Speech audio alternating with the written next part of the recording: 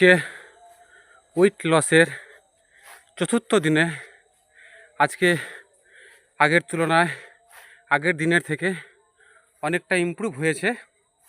আপনারা যেভাবে কমেন্টে বলেছিলেন যে কী করে আমার স্ট্যামিনাটা বাড়বে, তো সেই কমেন্টের ফল আজকে আমরা পাচ্ছি।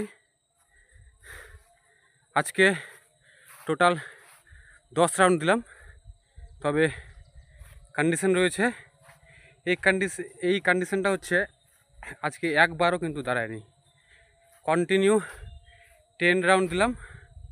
এই 10 রাউন্ড দিয়ে আজকে আমি খুব আনন্দিত মনে করছি, কারণ ডে 1-এর যে রানিংয়ের যে ছিল সেটা ছিল 3 পাক।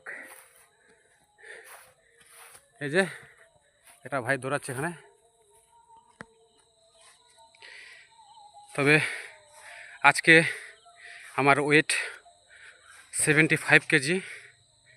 এই কয়েকদিনে আমার প্রায় 3 থেকে 4 কেজি ওয়েট কমেছে, এবং আপনাদের ভালো ভালো কমেন্টে আমার রানিংটা দিনের দিন অনেকটা ইমপ্রুভ হচ্ছে, এবং আমার স্ট্যামিনাটা আস্তে আস্তে খুব ইমপ্রুভ হচ্ছে। আপনারা অবশ্যই কমেন্টে জানাবেন যে কি করে তাড়াতাড়ি আমার ওয়েটটা লস হবে। এবং সবথেকে বড় কথা হচ্ছে যে ডায়েট, এই ডায়েটের যে বিষয়টা, কি করলে কি খালে কি না খেলে ডায়েটটা আমার সব থেকে বেস্ট হবে। যদি আপনারা জেনে থাকেন তাহলে অবশ্যই কমেন্টে জানাবেন। আপনাদের কমেন্টই আমাকে খুব ইমপ্রুভ করাচ্ছে আমার রানিংয়ে এবং আমার ওয়েট লসে।